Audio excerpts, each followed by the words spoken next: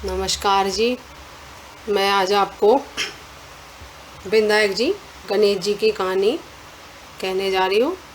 तब आप हरतालिका तीज की कहानी सुने, उसके बाद गणेश जी की कहानी अवश्य सुने, क्योंकि जो भी हम करते हैं सुहाग की चीज़ें, करवा चौथ हो या होली अष्टमी का हो, बच्चों का सुहाग का, और जो भी जितनी चौथें होती हैं उनका व्रत हो, दिवाली का, होली का, जो भी होता है, तो उसके बाद हमारे यहाँ पे भी रिवाज है और ज़्यादातर यही होता है कि कोई भी हम कहानी सुनते हैं उसके बाद गणेश जी की कहानी ज़रूर सुननी चाहिए। उससे सफल होता है, वो जो पूजा होती है वो सक्सेस हो जाती है।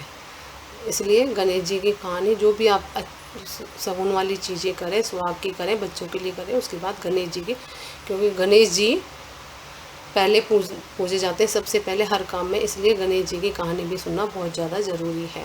जैसे हम बार त्योहार की कोई भी कहानी सुनते हैं, उसके बाद हम गणेश जी की भी कहानी सुनने में हमारे लिए ज़रूरी हो जाती है। आप जो भी कहानी गए, हरतालिका तीज की भी सुनेंगे, तो उस पर भी आप एक पटड़ा बिछाएंगे, बाजूट भी बोलते हैं, पट्टा भी बोलते हैं, उसको धो लें, उस पर कुमकुम की 5 बिंदी कर लें, चारों कोने पे, 5वें बीच में करें। कपड़ा भी बिछाओ, आप लाल कपड़ा बिछाएं और कलश ज़रूर रखें। जो भी कहानी आप कहते हैं, सुनते हैं, उसमें अगर आपको हरतालिका तीज का कर रहे हो तो उसमें आप 5 या 7 साबुत चावल ज़रूर लें। कहानी सुने तब जाके उन चावलों को उठा के आप रख लें। जब आप चंद्रमा को अर्घ देंगे तब उन चावलों से आप अर्घ दें, और गणेश जी की कहानी के अलग चावल लेके रख लें। वो आप गणेश जी की कहानी कहने के वो साथ में मिला के भी कर सकते हो, या फिर जैसे चौथ की कहानी में हम कहते हैं और सूर्य नारायण को अर्घ देते हैं, गणेश जी की भी कहानी सुन के, तो उसमें भी हम उनको चढ़ा देते हैं। और जो मेन होते हैं, जो जिस व्रत का कथा का सुनते हैं, उसको हम चंद्रमा को अर्घ दे के चढ़ाते हैं। इन बातों का ध्यान रखें। आसन बिछा के बैठें, पट्टा लगा बिछा के उस पर कलश रखें। कलश पे आप स्वास्तिक भी बना सकते हैं, बिंदी लगाएं, और गणेश जी ज़रूर रखें। जब भी आप कहानी सुने, गणेश जी की एक फ़ोटो ज़रूर रखें। फ़ोटो रख सकते हो, अगर आपका मूर्ति है तो वो भी रख सकते हो, वो ज़रूर। और जब भी कहानी सुने तो कुछ न कुछ मीठा अवश्य हो, चावल हो, कुमकुम हो, ये तो हो, मीठा तो ज़रूर ही होना चाहिए। कोई भी सुने आप कहानी, उसमें मीठा ज़रूर होना चाहिए। और पहले जिस व्रत को आप कर रहे हो उसकी कहानी, फिर गणेश जी की कहानी अवश्य सुनिए। कहानी इस प्रकार से है। एक ब्राह्मण था। वह सुबह जल्दी उठकर गंगा जी में नहाने जाता था और विनायक जी की पूजा करता था, परंतु उसकी औरत को पूजा आरती करना अच्छा नहीं लगता था।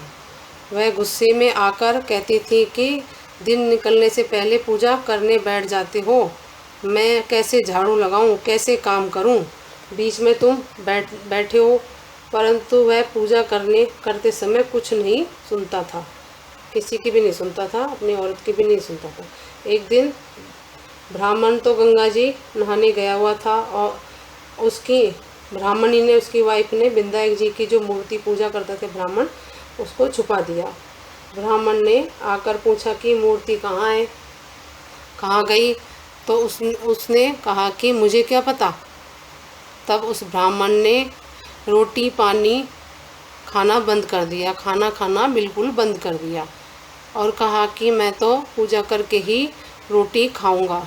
तब ब्राह्मणी ने बहुत कहा, खाना बन गया है, खा लो खा लो, परंतु ब्राह्मण ने नहीं खाया और रोने लगा।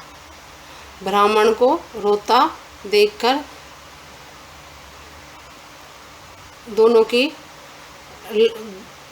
ब्राह्मण रोता देख दोनों की लड़ाई देखकर वह मूर्ति हंसने लगी। तब